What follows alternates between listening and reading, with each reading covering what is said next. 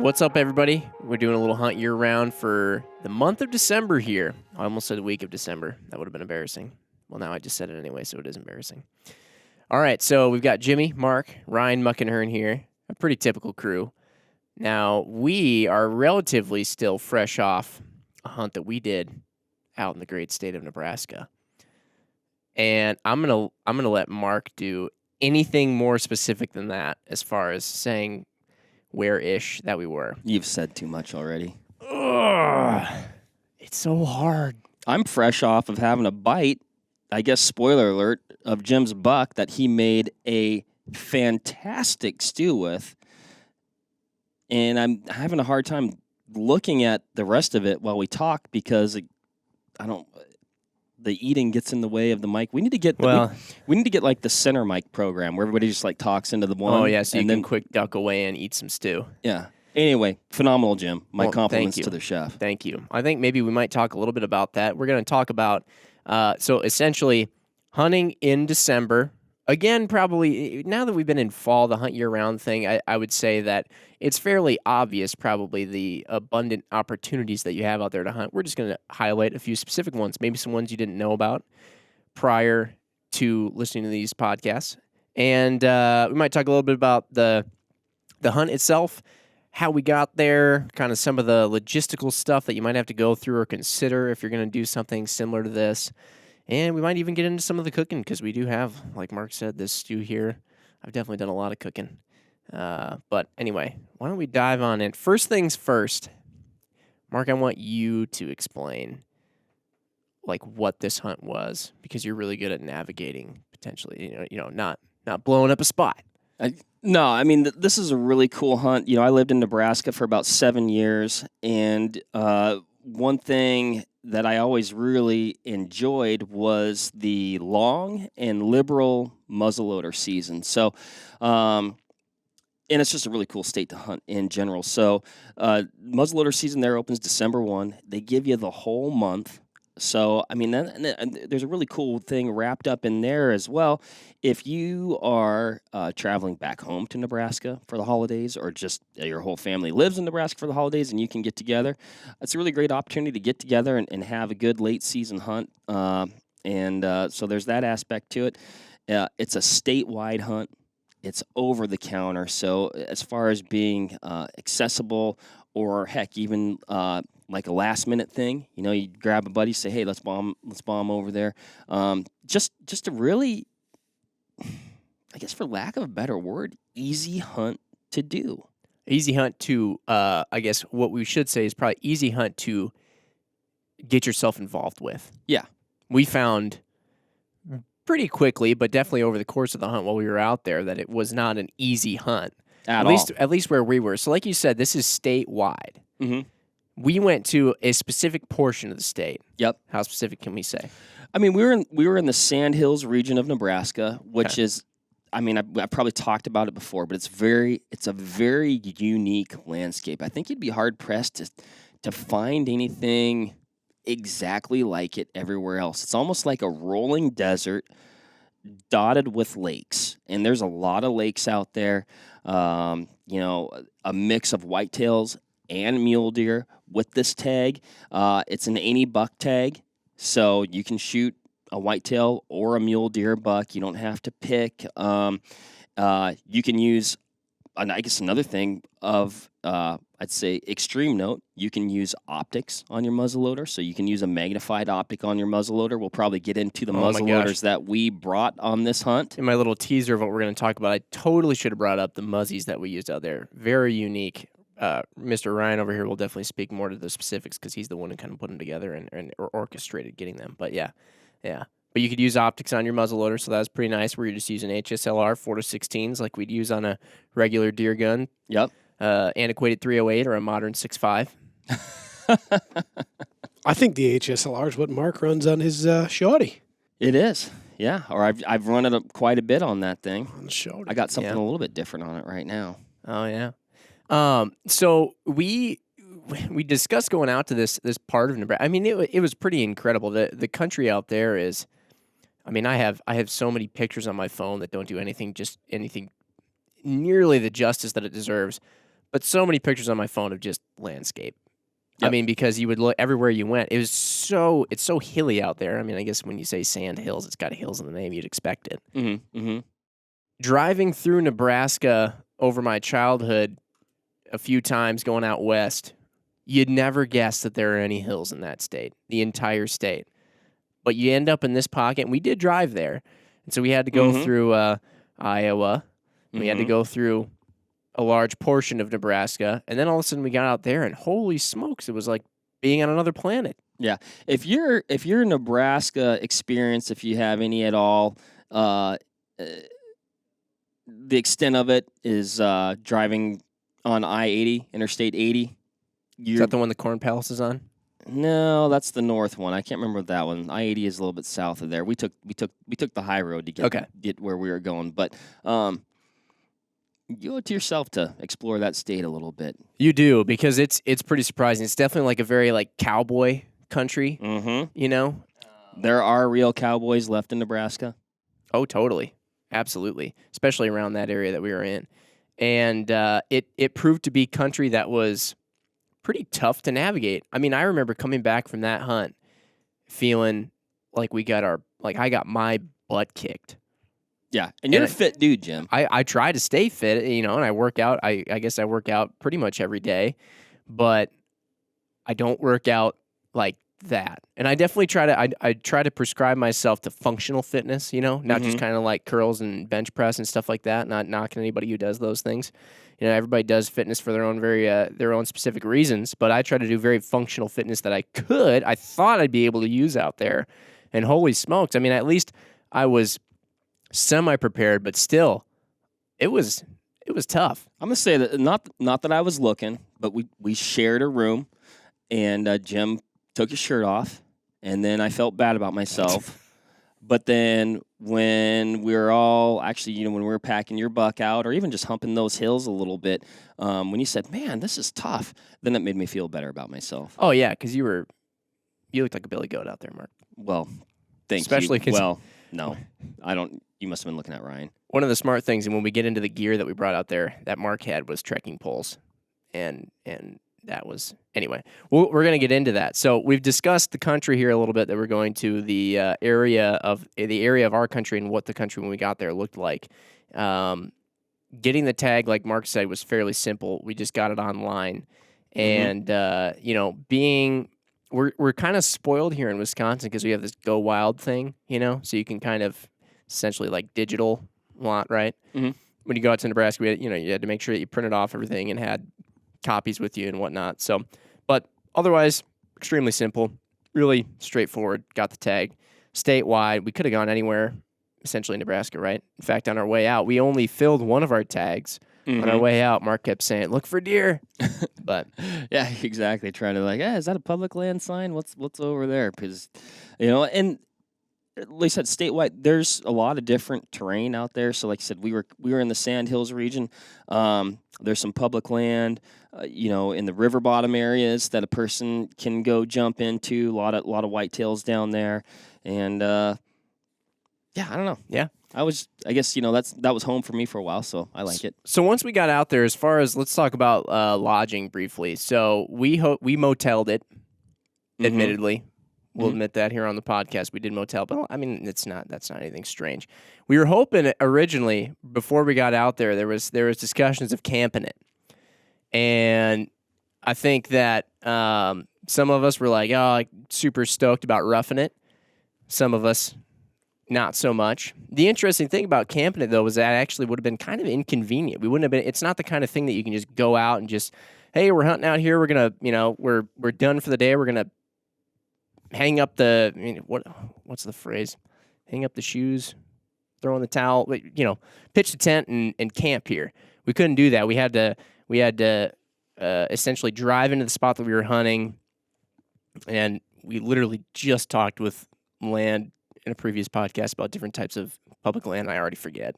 Land Tawny with BHA. Backcountry Hunters and Anglers. Yep. I don't remember what kind it was. We had to drive in and park. We should probably re-listen to that podcast to know where we were. But Probably so you weren't allowed to camp on the public land that we were hunting. And of course, a lot of private land in the area as well, which, you probably could potentially get permission to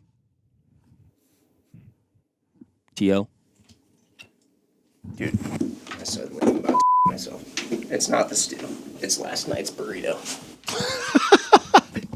Godspeed, James. Sorry, guys. We've lost Jim. I repeat, we lost Jim.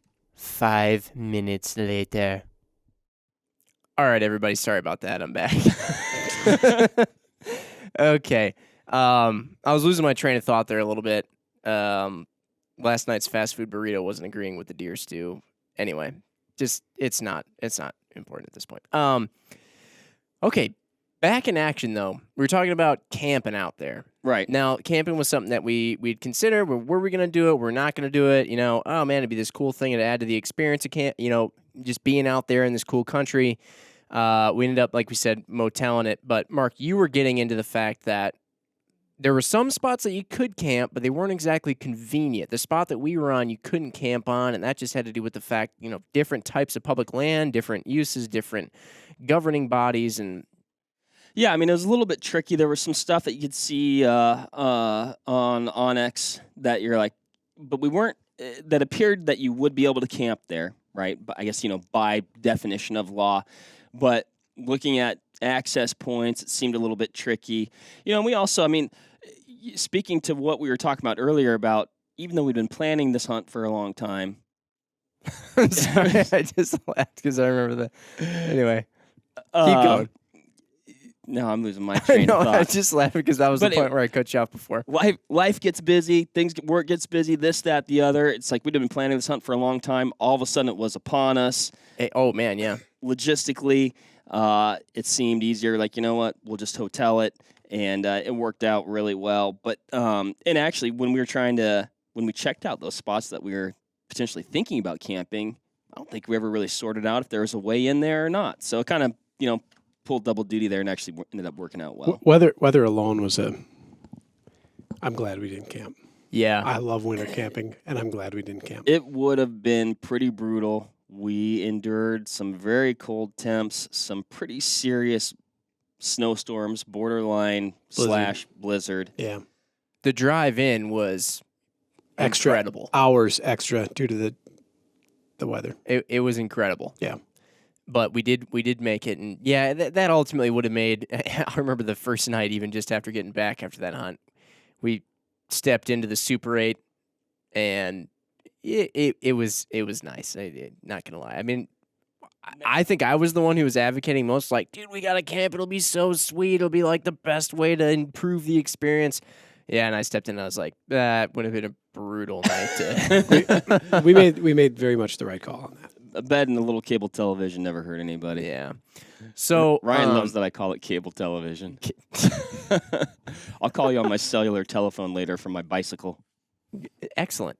So before we dive in on the actual hunt itself, let's talk real quick about gear. So this hunt was, we ended up, the deer that we did end up getting, we did end up coming out with a buck. It was a whitetail. Mm-hmm. And I'll say that we ended up working harder for a whitetail than I ever thought somebody could work for a whitetail. As far as like physical exertion, I'm not saying that working to get a whitetail is easy because those things are crafty little sons of guns. Yep. But physical exertion was off the charts. So we went out, as far as gear wise goes. I mentioned Mark's trekking poles earlier. Mm-hmm. We were in actually some fairly technical hunting gear. I mean, we all had big packs like you would take on a Western hunt. We had like, gosh, what else? I mean, name some of the things I'm forgetting. I mean, then we'll get into the muzzleloaders themselves. But it was a hunt, and part of that, we're talking about the weather conditions, right? And when you get into those later seasons, like, it's important to be able to stay warm and dry, or, it can get, at the minimum, uncomfortable and, potentially dangerous, right? Yeah, with wind, I'd say we were, with wind chill anyway, we were at 0, if not slightly below on the first day. Mm-hmm. Mm-hmm. With the wind speeds that we had in the ambient temperature. Mix that in with blowing snow. I think we got about 8 inches of snow on that first day. Easily. Yeah, and it was blowing hard. Yeah. So it was, I thought was really interesting is if it wasn't blowing hard and it wasn't snowing, we would have worn completely different clothing out there.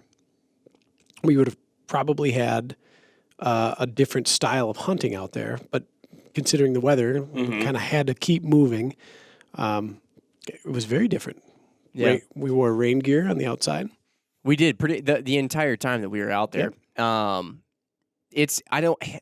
never liked it. I don't want to sound snobby and say it's not something that you'd want to go out in your jeans and a flannel in, because you could have done it. Sure. But having some of the more, technical apparel, like Ryan said, soft shell jacket underneath a rain shell, that helped keep us dry and really actually in the long run safe too, because when you're moving around out there, it's easy to feel nice and warm, but if you got stuck out there or if you sit down, you're glassing for a while and you're not moving so much and generating so much heat, it would start to get chilly. And on that first or second day, I remember there was a time where we did end up sitting for a little bit, and even with all that gear that we had on, I remember I was feeling pretty darn cold, and I was glad that I wasn't also wet. Right. That would have been bad. And with all that snow out there, when you take a seat somewhere and you start melting snow around you, that just doesn't end up. Those things don't go together pretty well at all. And so we had that. We were you had to go through a lot of snow, so having the proper footwear helped big time. Stuff that had grippy soles, big kind of like, I guess, chunky rubber soles with, I don't know what the technical term for footwear is. Yeah. Lugs. Yeah, so you could dig in. Or else, there was a lot of slipping and sliding going on. And plus you're just trudging through, 8 to 12 inches of snow at a time. So it was pretty exhausting. We actually went out fairly light. Definitely not like Dave lightweight. No. But we went out fairly light, and having to carry around a ton of weight out there, especially when you're trudging through the snow, and a lot of up and down. And when we say up and down, it was like if you were going up, you were going up, up. And down was like down, down. So being able to keep up with that and not have to carry around so much weight through all that snow was nice. It was good, for sure. Now, can we get into the muzzies? I think we should. Okay, good. All right. The muzzleloaders that we brought out there, we're going to have Ryan speak to primarily. They were actually different, so they weren't exactly the same muzzleloader. But Ryan, why don't you explain what we were working with? So we were not running a traditional Hawken, and for that matter, we weren't even running kind of modern inlines. One of the rifles was a Remington 700 Ultimate Muzzleloader, which is a really neat gun. This is Remington's kind of second iteration of a high-performance muzzleloader in the past couple of decades. They had made a 700, what they called the 700 ML for a while. I've got that in 54 in my safe right now. Yeah, it was a neat gun, but there was like a couple of things that just weren't really that high performance about it. At the time, it was pretty revolutionary, but the 700 UML, as they call it, is a really neat design. It's actually based off a 700 receiver, so you've got to do a 44-73 when you transfer it in the whole shebang. It's 50 caliber. It handles an up to 200 grain powder charge if you're shooting like black powder substitute, like a 777 pellet, for example. They use a unique priming system. It's a modified 308 Winchester case and a pretty high-performance breech plug. We were shooting a 270 grain Borlock MZ bullet from the folks over at Federal and putting just shy of 2,200 feet per second on the board with a fairly modest charge. The gun shoots as good as any centerfire rifle I own. 3-shot groups under a half minute. Really, really exceptional rifle. We had dope on it to 350 yards. It would have been a comfortable shot at that. So it is not the kind of the slow poke quintessential muzzleloader that I think a lot of people may think of when they think of a muzzleloader hunt as being very limiting. This is it was a pretty high performance rig.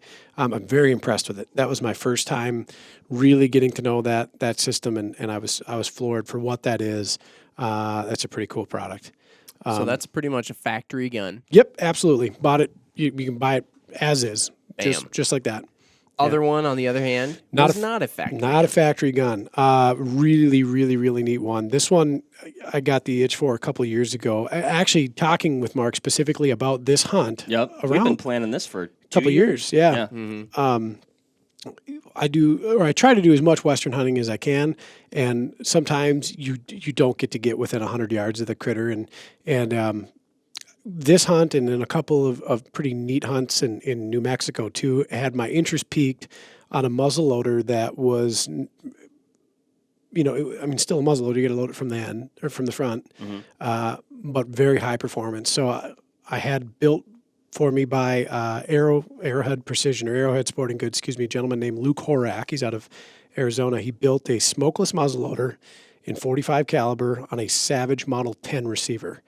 And to put this all in perspective, so started life as a Savage 10 308. You pull the barrel off.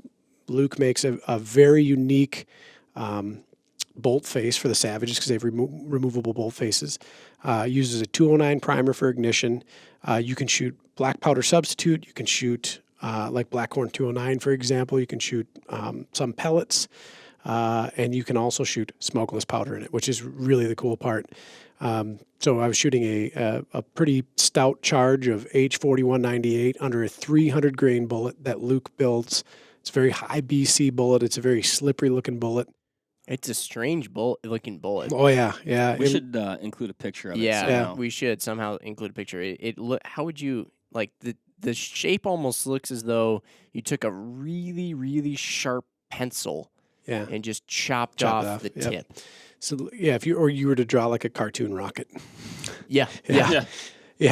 And really high BC for caliber. It's got a BC of just over 0.3, which for a .45 caliber slug that weighs 300 grains is pretty smoking. Pushing it at about 2780. So by the numbers, it's like a 338 Lapua in many regards. Now, it certainly doesn't have the ballistic characteristics of a 338 Lapua, but it was not far off of a 6.5 Creedmoor as far as dope goes. Very forgiving to shoot. Really an interesting system. As far as like guns I own now, it's a new favorite. It's very new, but it's very neat, and I like that. So that's what we brought. So I guess we were prepared for a shot outside of what a lot of folks will typically assign muzzleloader ranges, like 150 yards. These guns were zeroed at 150 yards. The UML, like I said, we had dope out to 350. The smokeless version that Luke had built, that we had dope out to 500. And it was certainly doable. We could have done either shot. So we came prepared. Can you explain quick how you went about making that? Because you bought a Savage.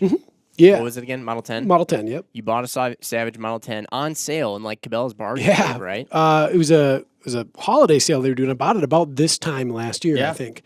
And it was a rebate deal. It was $275 out the door for the 308.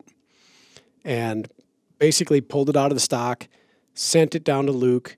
Luke pulled the factory barrel off, popped out the factory bolt face, put his Arrowhead Sporting Goods bolt face in, put a barrel that he contours, he threads and chambers for his proprietary breech plug and whole system on there. Threads it for a muzzle brake, which is an absolute requirement, and then sends it on back. Yeah, and it is turnkey, the coolest thing.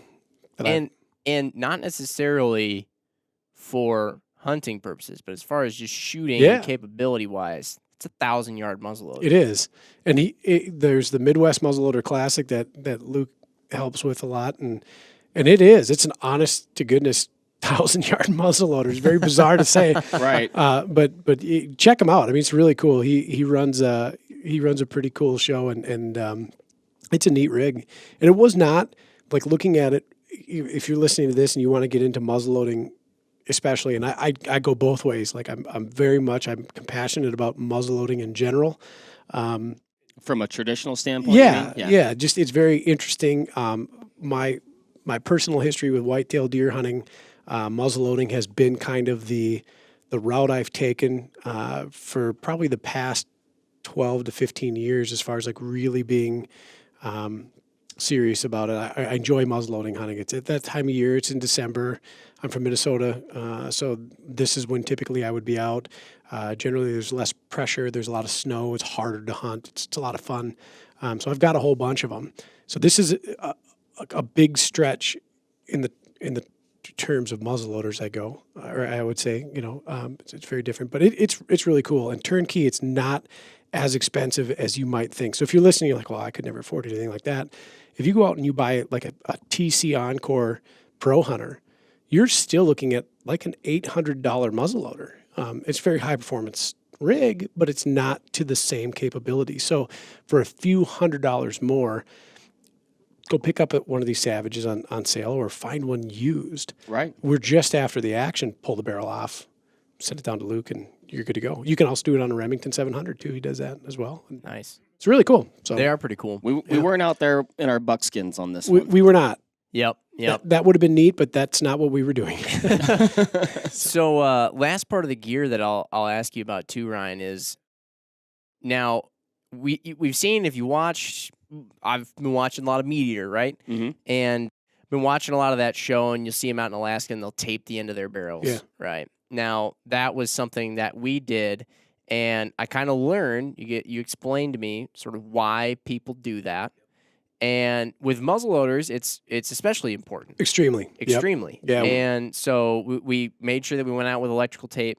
Could you go through briefly the process of loading one of these bad boys? Sure. It's obviously down the muzzle loader, and then also why the tape comes into play too. And so I'm going to interject here. Speaking of loading these, and it's funny when we're talking about how modern of a muzzleloader these are, which they are extremely. I mean, they are on however modern a muzzleloader can get on that scale. That's where these are. Yep.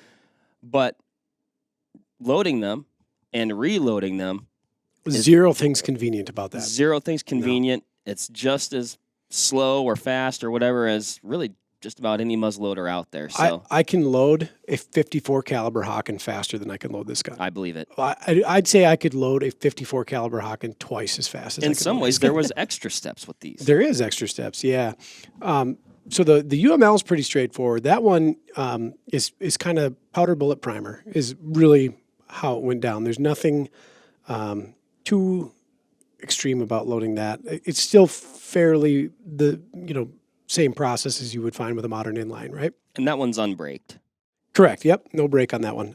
Now the smokeless variant has a muzzle brake on it. It is removable. Luke recommends shooting a vegetable wad over the powder column if you're running a 209 ignition under the bullet. So if that makes sense, it would go powder, vegetable wad, bullet. And that vegetable wad was actually something that I've never used before, It's or not was just even like a piece aware of broccoli that you just stick down there. It's actually it's plant fiber that's made into a mat. Yeah. And then they cut it out to the proper diameter. So upon discharging the rifle, so again, it uses a 209 primer for ignition, which is the same as most muzzleloaders out there, modern inlines anyways. So you cycle the bolt action as you would your normal bolt action.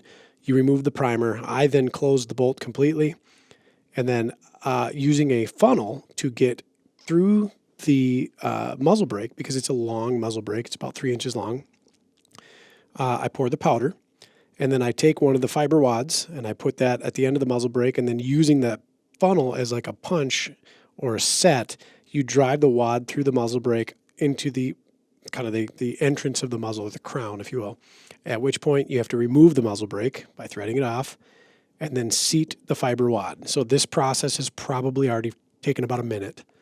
If you're not trying to spill your powder and you're not rushing, you then take a bullet, you seat it. Oh, and the bullets have to be individually sized too. Oh, yeah. Yeah, so that's a process ahead of time, and it's easy. I mean, I sized 50 up before we went, so we were good to go. Set the bullet in there, again using the funnel as kind of a seater of sorts. The bullet is then kind of set and engages the rifling slightly.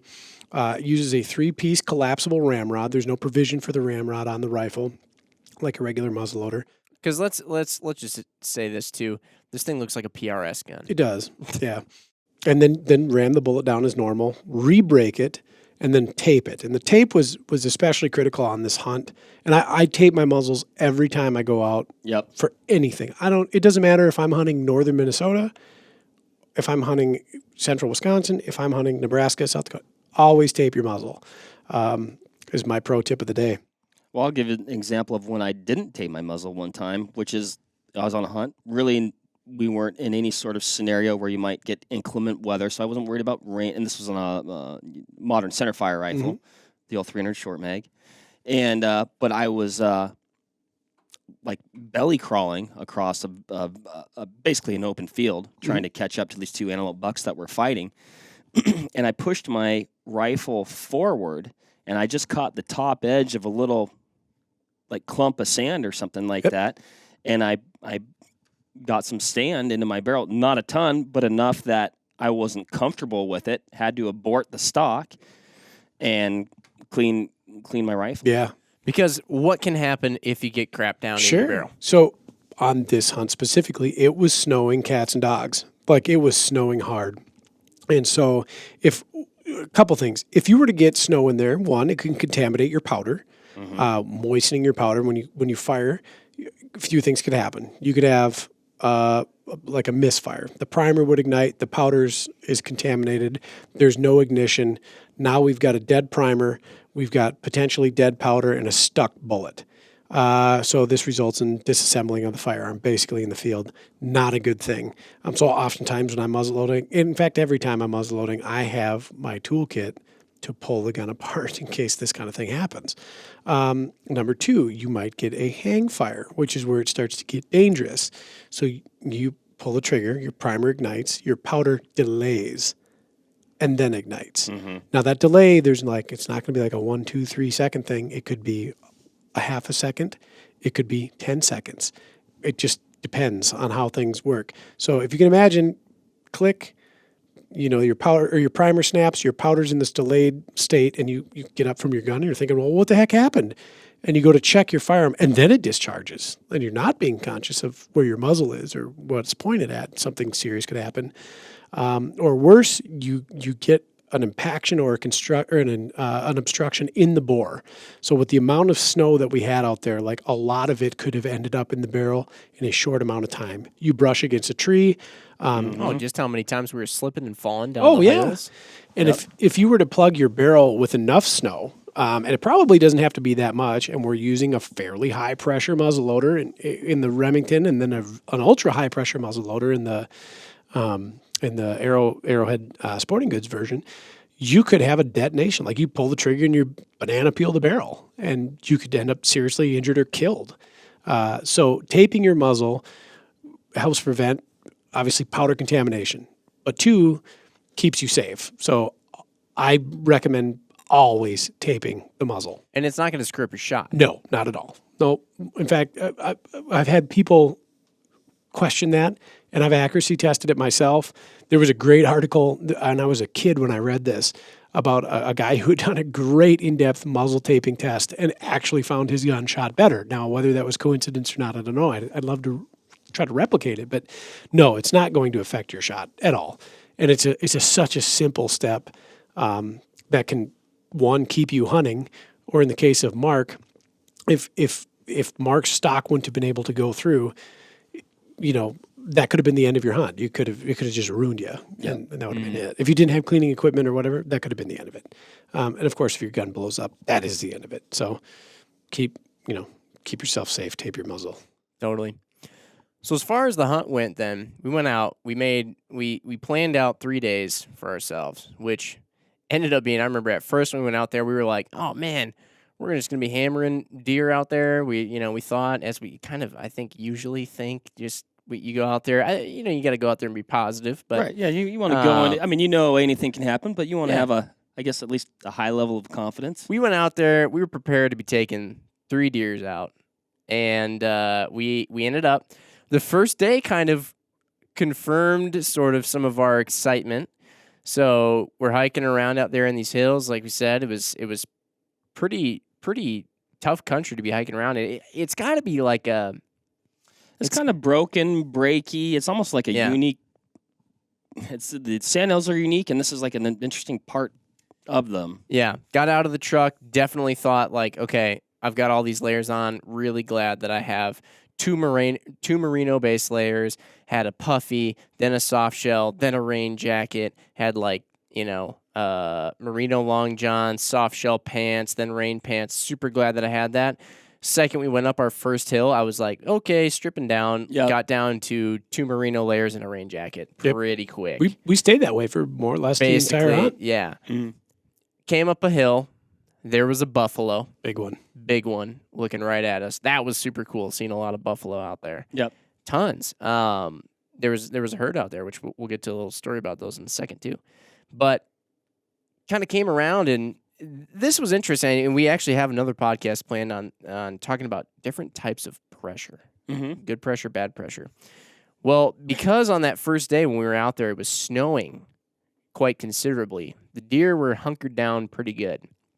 And visibility was nil. Right. Yeah. Yeah, exactly.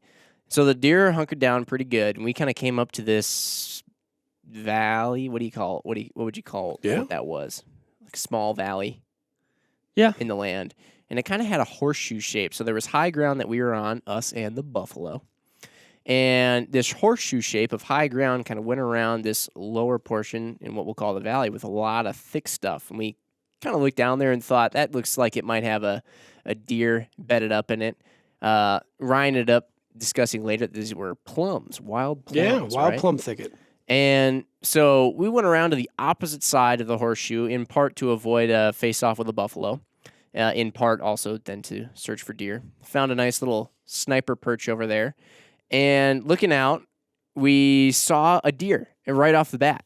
And I think we had probably wind bumped it. That's what we were kind of thinking right off the bat was, our wind was blowing down that way into the valley kind of. And this deer kind of came up out of those thickets, and we instantly saw that it was a buck. And we were pretty much ready to shoot just about, if it was a buck, it was going down. We weren't going to be super picky. This was just more adventure and meat hunt. Exactly. Yep. Thank you.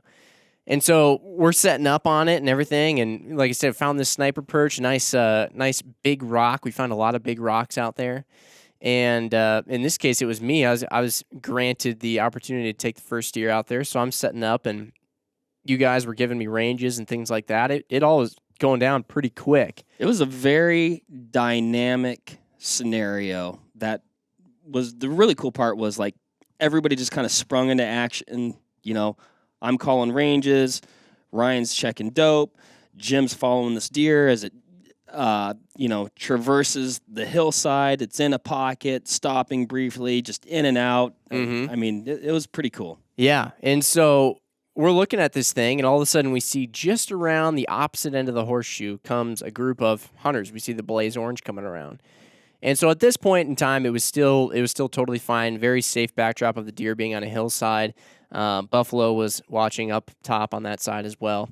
And those hunters were far enough away that we weren't really worried about it. And I actually did, I think I told you guys later on, I had an opportunity for a shot on the deer, but I just kind of froze up. I think in part because I had no idea. We had been hiking around for about like 2 hours, 2.5 hours at that point. But it just wasn't quite ready to, wasn't mentally ready to be taking that shot. Yeah. So I had a shot on the deer for a second. I just froze up, didn't take it. Deer kind of ran off. And the funny thing was, we all kind of watched it happen because I lost him in my scope. He was getting just at that point, the direction he was running, he was too close for most of our comfort, all of our comfort to shoot at anymore because he was getting close to those other hunters at that point. He ran directly at him. And we were all kind of wondering, like, what's going to happen? Is he going to waiting for a show right into him? Yeah. Here we go. He ran so close to him. We estimated probably he was within about 20 yards of these guys. Yep. And at that point, the deer saw those guys and put on the brakes and tore off up the hill at a 90-degree angle. Craziest thing was, those dudes were none the wiser. And it wasn't like the deer was hidden. Oh, no. He was pretty much in the open sight, and he was tearing. Yeah. And they didn't even notice. He was just uphill from him, but that snow was so deep, so soft, so they weren't going to hear him. No. Yeah. And I think it was windy. Windy. They were just looking the other way, and he came burning in right on top of him. Like you said, hit the brakes, spun, and got the heck out of there. But anyway, so there we sat, kind of thinking, well, hey, how that still goes. pretty early on. Yeah. That's how that goes. We saw one, but anyway, little did we know there was another deer down in there. That those very guys that missed the one that almost ran into him, T-boned him, they wound up kicking another deer up that ran essentially back to the same spot the first one was standing in. And we found that one was actually, I remember looking through my Furies, and I was just kind of looking over at those hunters because I wanted to see if I could get any kind of facial reaction. Maybe they did see it, and I was looking for like some sense of excitement or wonderment as to what the heck just happened, but nothing. All of a sudden, a brown streak goes across my optics, and I'm like, deer, deer, deer. So we jump down on the gun again, same kind of sniper perch that we had, and in this bowl within this horseshoe comes out another deer, and we found that it was a buck. Mm-hmm. So I was on the Remy and the Remington there, and took a shot. That one ended up hitting him, and hit him in the spot. How would you guys explain what happened? I mean, we hit him right in the shoulder. I mean, the scenario was almost an instant replay of the first with a different deer. Different deer, yeah. Hit him, boom, right in the shoulder. Yeah, curiously, in like the exact same spot. I mean, Yeah, it was kind of weird. it was kind of bizarre, but yeah, I mean, I think you kind of hit him a hair forward, low brisket, breaking his offside shoulder up high, almost. I mean, I wasn't not lower leg. I mean, Yeah, the angle of the shot was interesting in the first place, like how we were shooting, but how he was positioned on the hill, I think also had some interesting play on that. Because it was a very steep hill that he was on when he was hit. And I actually think the first shot was fatal, or going to be fatal. yeah. It was at about 225 yards, too. So, And it was an interesting impact, right? So I've had that hit before in the past, and it's like it's in the chest cavity, and then it did catch that off shoulder. So he was more or less anchored. He was not going anywhere. He made it a few steps, right? he just basically curled around the tree that he was standing right next to. Yep. And so, yeah, we hit him. You could tell that we hit him because he curled around that tree he was kind of facing, and then just sort of stood there. Mm-hmm. And you could tell that he was kind of pretty much he was in a hurting. state of about to go down. But we ended up putting another one in him, and that one was basically instantaneous. Yes. Curled up, Oh. boom, done. Essentially, didn't even realize what had happened. But that was pretty exciting. We were all jumping around at that point, you know. It's a good first morning. Yeah. About as good as you could ask for. Yep. Went over and ended up getting that guy, and so yeah, there was a lot more work to be had because we had hiked in pretty far at that point, so we obviously had the work of getting that deer all gutted and quartered and everything like that. So, and then the pack out, which is brutal, but the quartering and everything, getting the meat off that deer was pretty funny because we decided we pretty much wanted to take it. Ryan called it coyote style, which was everything but the guts and the spine, basically. So we got ribs, we got every bit of meat that we could, and loaded up our packs, and then endured a just treacherously hard pack out. That was a doozy of a pack out. That was. I think probably you guys had the bulk of the load for sure. I mean, part of it was the snow. I mean, when you're doing the uphills with weight and that snow, I mean, getting solid footing was Very tough. very tough / non-existent. I fell several times. You guys should have had trekking poles. I did not bring my trekking poles. Yeah, me either. I was rocking the 4-wheel drive. Oh, it was rough. It was rough. But ended up getting that guy out of there, and then over the course of the next 2 days, we saw a lot of buffalo. We did see some deers. Mm-hmm. Deer. We did. I like saying deers. I know. Catching deers. Now I feel like I'm like that dude that's like, let me correct you. Yeah, catching deers though. Catching deers. We did see some. But it is good, actually, now My that you youngest brought that up. actually asked me, my 3-year-old asked me that question. You catch a deer, Daddy? That's what my mom asked me when I come back from Did you catch anything? Well, not exactly. I'm glad you brought that up, though, so people at least know that I do acknowledge the fact that it is deer. You know. But I just want to say deers. I don't want people to not know that you know. I appreciate that. But we saw a lot, and racked up a total of, Ryan, what did you end up on your pedometer In saying? three It was like 3 days, it was about 15 miles, I think. Yeah. And which basically all of which was was on a hill, whether Yeah. going down or up. Yep. But the floor count, and I can look back as we keep talking, the vertical floors climbed is the impressive number there, because that's the hard part, going up to put it into scale. And I mean, it was into the hundreds of vertical stories climbed in 3 days.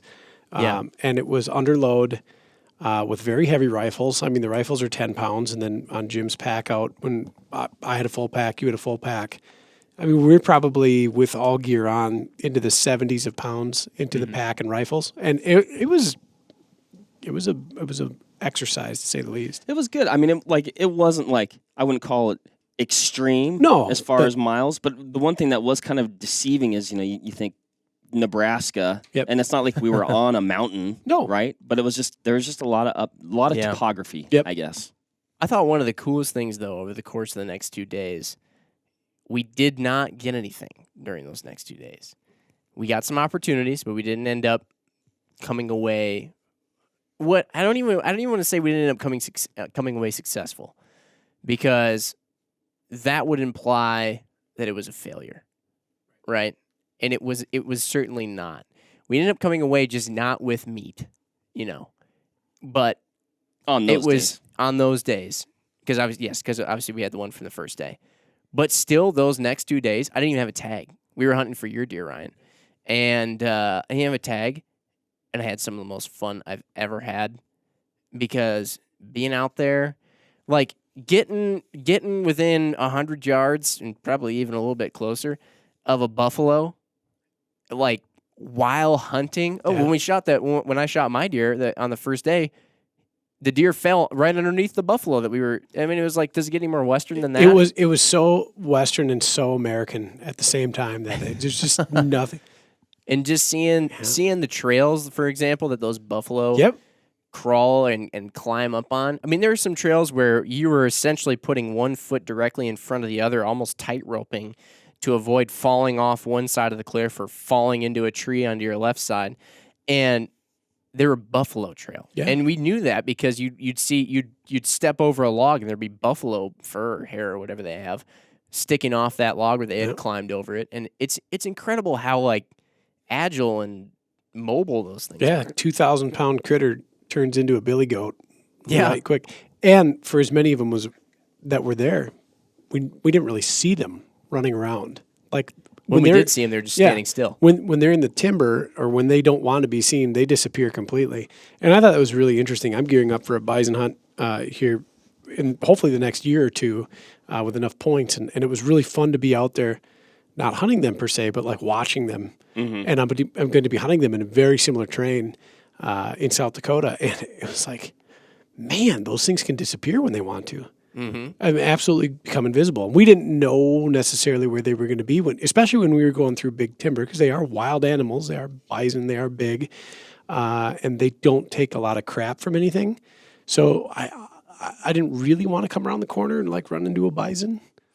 I'd say the Yeah. ones that we ran into, although not aggressive, like they weren't aggressive in any way, they also appeared to have zero cares, I'll Right. put it. At the same time, looked at us and be like, I could turn you into soup. Right. Right. Yeah. Yeah, there was something, talking about, Jim shooting that buck in a snowstorm, and just the I mean, it was windy, but it was like so quiet, and the sound was so deadened at the same time, and that buffalo was essentially standing straight up from where Jim's deer died.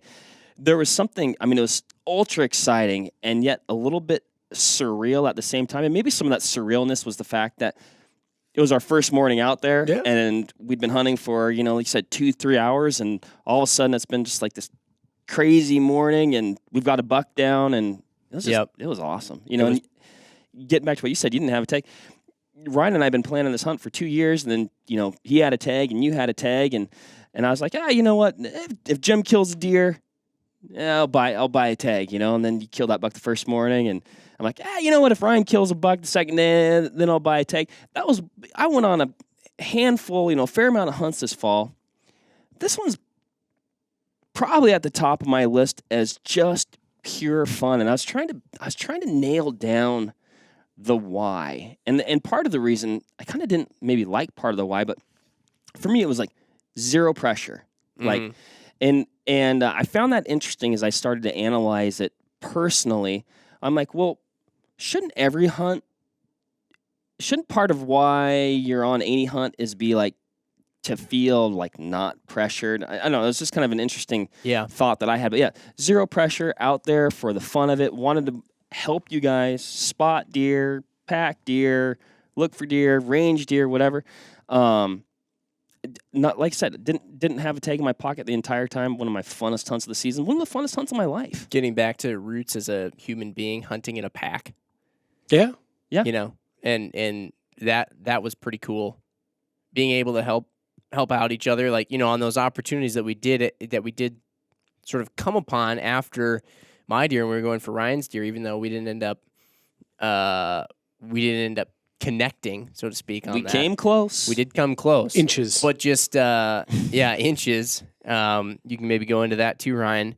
But like being in a position where you're looking for deer, all of a sudden somebody finds one, and boom, everybody's laser focused on that deer that you're looking at. You've got one dude on the set of Furies ranging it. You got another Ryan setting up on his gun, trying to get in the right position and take a good shot, trying to get his, you know, everything as far as his shooting position set up. Then you got pulling packs, adjusting packs, stacking packs. Yeah, you got the other guy on his glass too, trying to check to see if if it's a buck that we saw, you know, and if the buck, is it chasing a doe? Are they moving around? Are there other deer around? That just looking at all kinds of things. Like when we saw the one that Ryan came within inches of, we saw those deer. All of a sudden they came out. It was in a spot that we'd already been looking at, and they came out, and I forget who saw it, but they're like, "Oh, there's a coyote down there." The coyote bumped him out. Mm-hmm. Yeah. You know, and then we were kind of watching that whole interaction occur in front of our eyes, and I mean, it was wild. It was crazy seeing everything happen. It was cool. And you talk about the communication standpoint. There were multiple deer down there, and that was one thing unique about that scenario, Ryan. When we'd spotted that buck in that group that you ultimately took a poke at. Generally, late season deer hunting, it seems like, you know, oftentimes a morning, evening affair. You know, you might spot a bedded buck or this, that, the other. Their movement seemed like somewhat erratic. I mean, we were watching essentially the same group of deer, and maybe that coyote had definitely had something to do with initial movement, but once he moved off, they'd move through a gap, and then all of a sudden they were coming back, but the entire time calm, browsing. They were just really moving down. Even rut-like behavior too. Because we did see that. And maybe that was part of it. Yeah, I mean, it was a younger buck that was pushing some does. Yeah, and it was really interesting for a December hunt, considering the weather pattern, and where we were. I would have thought that they would have been out of that, but we observed several deer the day prior. I mean, seriously pushing does, like big time, like. That's the kind of hunt that I like because they are completely distracted. Everybody's chasing everybody. Usually that's an advantage. That's how I like hunting mule deer out west, is when they're rutting hard and they're getting silly. But yeah, it was really curious. And backing up a little bit, I flat missed too. If anybody's wondering, like, what I was gonna let you say. Yeah, no, total miss. I shoot a lot, and I'm not a precision marksman by any stretch of the imagination, but I do a lot of shooting, and it was a very solid shot. I was very well benched. I had dialed the dope. We had good dope, all that. I pulled the trigger, and I noticed immediately that one thing was missing from the equation, and that was the oft heard whop. And it wasn't there. And I stood up, and I thought, nah, I don't think I got him. And from the video, you watch the video, it's like he reacted like he was hit. He jumped up, donkey kick, took off. But something just didn't, like I didn't hear that whop. And we were far enough away that I should have heard that whop. Yeah. And it didn't happen. And visually, like I was watching it in the binos, like I didn't hear it either, but I'm like, loud gun, you know, it's got to break. I'm like, I know what I saw. Strange topography all around us. Who knows how sound is reverberating? I remember looking at that and visually being like, if that deer's not dead, mine that's in the cooler right now isn't dead. Right. Because they did the exact same hunch, donkey kick, kind of, it was crazy. I was confident that I didn't like make a bad shot Right. In that regard, because the deer ran straight down. About 10 minutes after this shot had ensued and we had finished reloading and retaping, up the hill walked the deer. And we watched him go away. A And, conspicuously similar deer. and while browsing and while nose to the ground, trot, trot, trot, trot, trot. And I'm like, well, that's definitely not a good sign, but not a bad sign at the same time, because there he goes. And I know I didn't make a sour shot. And so we got down to the position in which the deer was standing, and there in the ground was a crater where that big slug had impacted. And it's like, oh yeah. Inches. Like, yep. I mean, you had to be there, I guess. So folks listening, I'm trying to paint the picture as best I can. Long story short, we come back. I go through my ballistic solution again, and I'm trying to ask myself like how I missed. Not to sound arrogant or anything like that, but I just thought it was a little curious that I didn't make that shot. And I went back through it, and I had a 25-degree target incline input into my ballistic calculator, and I do not know how it got there. I removed that to make it more similar to what we had seen, and it corrected the approximation of miss, like the approximate amount that I missed. Right. And so I just had to chuckle. I was like, it helps to double check your work before you Double check your homework. send one. So that was that. I missed a deer. Still had my best hunt of the season. It was a very significant hunt in the first place, fun. and just getting to do it like that, the way we did it, and new spot. So there's a lot of anticipation of like what that's going to be like. And anytime I go into new ground, I don't have a high expectation of success in the sense that we're going to come out with packs heavy. When we came out with packs heavy the first day, and then on top of that, it was your deer, Jim, and it was like, man, that was cool. I was day one that morning, like you said, you don't want to define success by we got one. Right. But I was like, this trip is already It it was already awesome, complete, whatever you want to do. Like it was just like anything else was going to be gravy from that point forward. Correct. Yeah. Bonus bucks would have been forward. If, like you said, everything else would have been extra credit. But it was a really neat hunt, and it was really neat terrain. And I think the weather really made it too. Yep. So with all that snow that we had there, we were walking in this like ice planet Hoth / Narnia / mystical scene out of some Led Zeppelin song. And it was just really cool to be hunting deer in deep snow. It's just something about that. Yeah. Now, I think one thing, too, that I think I forgot to bring up previously that's, I think the listeners have enjoyed things like this is finding the deer out there. I said deer that time, not deers. Finding the deer out there. What kind of stuff were we looking for? This one was interesting, I'll say, because other hunters we were using a lot to our advantage on and this it worked. one. And we were watching other hunters a lot on this hunt. Mm-hmm. More so than I had ever thought we would have. But what kind of stuff were we looking for out there? Well, the deer were relatively easy to spot with the snow. Absolutely. Yeah, they were like little brown, But, big brown blobs. I'd say in particular, day one, knowing that we had extremely low visibility. Yes. It was more crowded out there than I had anticipated. A lot of folks hunting. A lot During the week?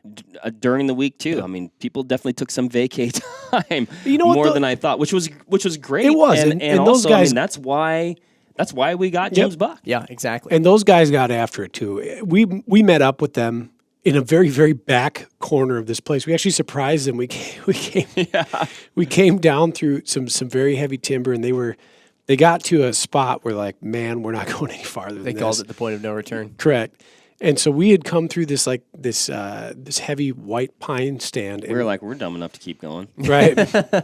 And actually whistled at them so as not to like Alarm intrude, them right? or And they all jumped and they all turned around. They're like, what are you guys doing back here? I'm like, what are you guys doing back here? And like Mark said, they're like, it's point of no return. And so we headed down that hill, I guess. But no, looking at day one, considering the weather, I mean, it would have been really hard to say we could have had any other strategy other than hoping to see one come out either to feed or to flee, right? With that terrain out there, I mean, like traditionally, if I was going to be hunting that and the weather wasn't crazy, we'd be up at a high spot, glassing in the morning, into bedding areas, and then through travel corridors, which we found when the weather did clear, there was a lot of stuff that deer were moving through out there. I mean, a ton. A lot of trails. And if it wasn't for the snow, I don't think I would have appreciated that as much. Because when we did get down into that deep stuff, into those plum thickets and into the river bottoms and into the pine stands, and you saw how much movement was actually occurring there, you'd have had your work cut out for you glassing. I mean, you'd have been spending a lot of time picking apart small stands, especially for whitetails and kind of how spooky they are, picking apart small stands of timber and thicket, trying to spot one either moving through or bedded up. And we did observe a group of deer. We ended up finding a single deer on a hillside, and then through glassing, finding probably a dozen more. When we spotted one really nice buck. Unfortunately, it was not a spot that we couldn't access him. But we had our work cut out for us. But like you had alluded to, Jim, using the pressure from the other hunters and how they were moving through the area, and either getting ahead of their movements or positioning ourselves in places in which whitetails would use as an escape corridor, or any deer, I shouldn't say whitetails, but any deer would use as an escape corridor, worked. And we saw it work time and again. We saw deer move out of areas that they were into areas that the deer didn't expect us to be watching or expect us to be. And the crazy thing was, we were doing the same thing for other hunters too. Yeah, correct. And just when I saw that one deer, the first deer that we saw go 20 feet at full sprint from other hunters in the wide open, and they didn't even notice, I knew the entire time it was like we're hunting ghosts. Yeah. Because I'm sure that over that course of 3 days, I'm sure there were times where we were within 20 feet of deer. Completely. And didn't even know it. And we spooked them, or they stayed put and we never saw them.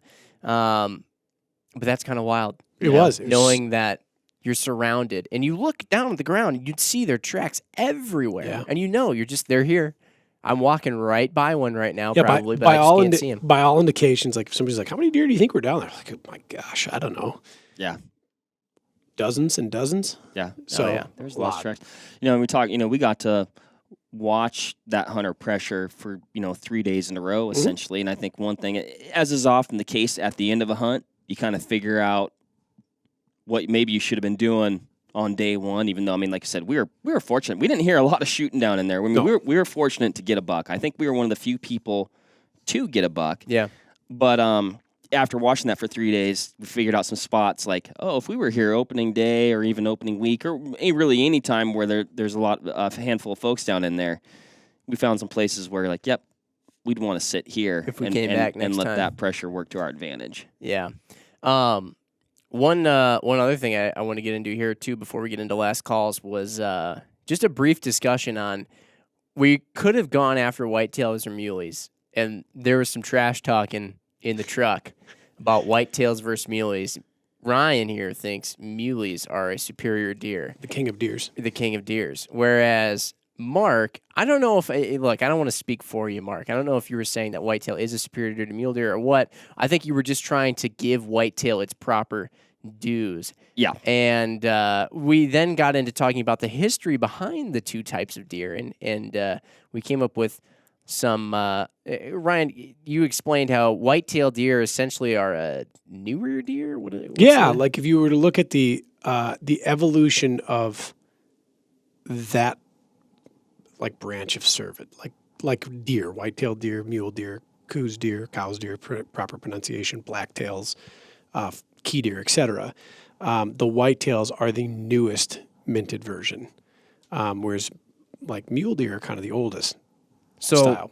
We'd kind of broken it down for those to kind of understand a little bit better, but basically whitetails being the newer deer, relatively speaking, they kind of like grew up on the streets. No doubt.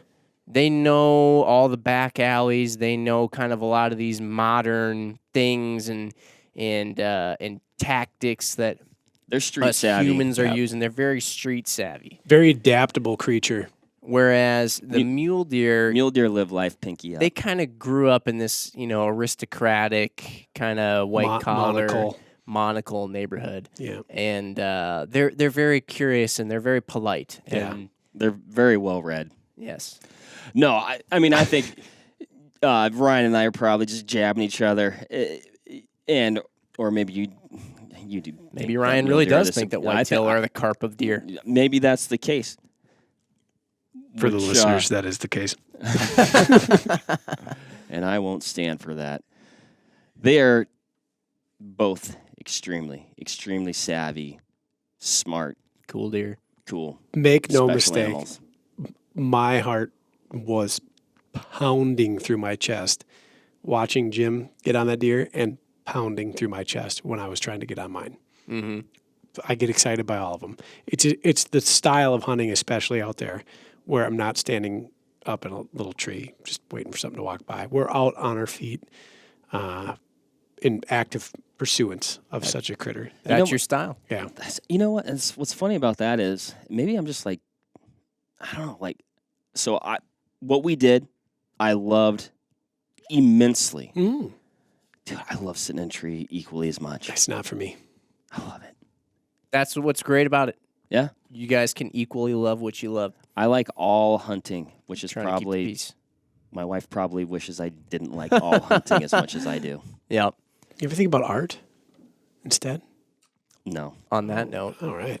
let's go into last calls here. I got mine right off the bat because I did mention at the beginning we might talk about some recipes and food and stuff. When we were quartering out that deer, it's just this is a PSA to everybody. One, having a Benchmade knife like we had with a serrated section on it, it's a huge help because if you don't have a bone saw or something in your pack, you can use that for when you take out the ribs. Don't leave them. We got the ribs, and oh my gosh, those were so good. And so I'll quick explain how you can make those ribs. You take the ribs out of the deer when it's, we quartered away. They're pretty much the last things that we grabbed, right? They were. So they were the last things we grabbed. I'll say this. I think we should credit the boys at Meteor for imparting this very, very important piece of knowledge as far as a little bit on the how to prepare them, and also, dude, I had no idea. Anyway, keep going. Sure thing. So you saw them out. Basically, you end up with these big, giant, just caveman-looking sections of ribs. Very attractive Oh, man. cut. Saw them out Yeah. either with a bone saw or an improvised. Or an improvised solution like we had. And you pack those suckers out of there, and when you get them home, you pretty much don't do a whole lot to them. Everybody says there's not a lot of meat on them. Trust us, when you're done with this, you will see that there is plenty. So we didn't do much to them. I think we trimmed off just any, yucky-looking excess fat, but I don't even know if we did much of that at all. We barely did that Barely? either, and maybe we should talk about that a little bit too. So plopped it in an Esco, turned the Nesco on, and so that it would be kind of like a light boil or simmer on these ribs. Had water in there with a salt seasoning. It's like salt and black pepper and maybe a little garlic or something. I don't know. It's just a salt seasoning, courtesy of Ward Danger on Instagram. And let them sit in there for like 5 hours. They boil down. At that point, they are so boiled down that you could take those suckers out of there. When you grab in with the tongs, you got to be careful or else you rip them apart entirely. Took them out, slathered them in BBQ sauce, threw them on the grill for like 5 minutes, and just to crisp up that barbecue sauce, kind of caramelize it. Took them off and ate them. We fed a bunch of people full, and I'd say 6 people came by and all filled themselves up on rib meat. It was incredible. And the only ingredients that we used were ribs, water, salt, and barbecue sauce and grill. Like you said, phenomenal. That was it. Jim, that's a great last call. And I guess I'll just dovetail into that or provide additional comment. It took a part of the animal, particularly a deer, where at first glance, or maybe people's experience, including mine throughout my life, not a lot to it. I've always boned them out in the field as more of a a courtesy than anything else. Throw that meat in the grind pile. It took something. It took a part of the deer that's often disregarded, or sometimes, heaven forbid, discarded, and turned it into probably one of my favorite meals that you can make with a deer. Best ribs. Or just in general. Best ribs I've ever eaten. Better than pork ribs. Better than beef ribs. Just better. Off the charts. That's all I got for my last call. Man, that's a good last. I don't know. I can't even think of a last call. You just made me really hungry for eating more deer ribs. Let's see. What's my last call? Ryan? Ryan, what's my last call? Mark's last call is December is a great time of the year. A lot of people think that they're on the tail end of their big game season, and if you don't live in a southern state where waterfowling is just getting good, that perhaps you're going to hang up your bibs and overalls for the year. Not the case. Nebraska is centrally located in the U.S. It was not a long drive. It wouldn't be a long drive from really anywhere. Right. Great opportunity for adventure. Get yourself a muzzleloader. Doesn't have to be a high step in one, but it can be. Mm-hmm. Get yourself after some western whitetails and some sandtails muleys, and make a date of it. It'd be a good time. Dovetailing into Mark's dovetail into Jimmy's last call. I'm a damned fool for leaving ribs in the woods for as long as I have. Mm-hmm. I mean, I'm a fool, and it was interesting. I'll make this my last call. We ran into those other hunters, and we got talking to them about where we'd been, what we'd seen. And they said, "Did you guys make a kill?" We said, "We did yesterday." Oh, that was my last call that I was trying to think of, darn it. Of course it was. No, it was. Oh, yeah, sure. You know how forgetful I am. We got talking about ribs. It can happen to anybody. This was a funny comment, yeah. And they're like, "Yeah, well, we made a kill just kind of down over there by that plum thicket underneath that rock by the bison." And they're like, "Oh, yeah, we saw another. Yeah, the coyotes really got to that one." And we kind of all looked at each other, kind of snickered, like, no, we worked that one over. They're like, "Well, no, they left nothing there." You're like, the ribs were gone and everything. Yeah, that's what we said. So we were like, what did it look like? And they're like, "Oh, man, no ribs, no heart. I mean, nothing." And we're like, yeah, actually. We took them. Yeah, Jim goes, "Yeah, we took those." And they looked like those guys are nuts. They were a little perplexed by that. So take you guys pride. Like a bone fetish or right. Take pride in not the trophy size of the animal, because it is truly inconsequential. Take pride in the fact that you just secured yourself several meals. Jim has been cooking deer like every day, it seems, since we've gotten back. heart. The tendies. What are those? Tendies. Backstrap, roast, steak, ribs, Burritos. That's like burritos. That's like 2 weeks. My last call is, well, actually, I think it is kind of fitting that I said, "Hey, Ryan, what's my last call?" Because then you started talking about it, and then you reminded me what it actually was. So then my new last call is. Is that like 4? Okay. Can't. I'm under my usual number. Yeah. All right. Carry on. I think Jim's pretty much out of deer, and we still got some season left. I think we should go get some more. That's my last call. Do work. Bam. That was a good one. All right. On that note, folks, little information for you there for maybe your next December. Keep that season rolling all the way through December. That's all we got. That's all we got, folks. Thanks for listening. As always, happy hunting and shooting out there. We'll see you next time. Bye. All right, that'll wrap it up for this episode of the Vortex Nation podcast. Thanks, everybody, for listening. Hit that subscribe button so you can always stay up to date on the latest happenings over here at the Vortex Nation podcast. You can also follow us on Instagram at Vortex Nation Podcast. Again, everybody, thanks, and happy hunting and shooting. We appreciate it. Have a good one.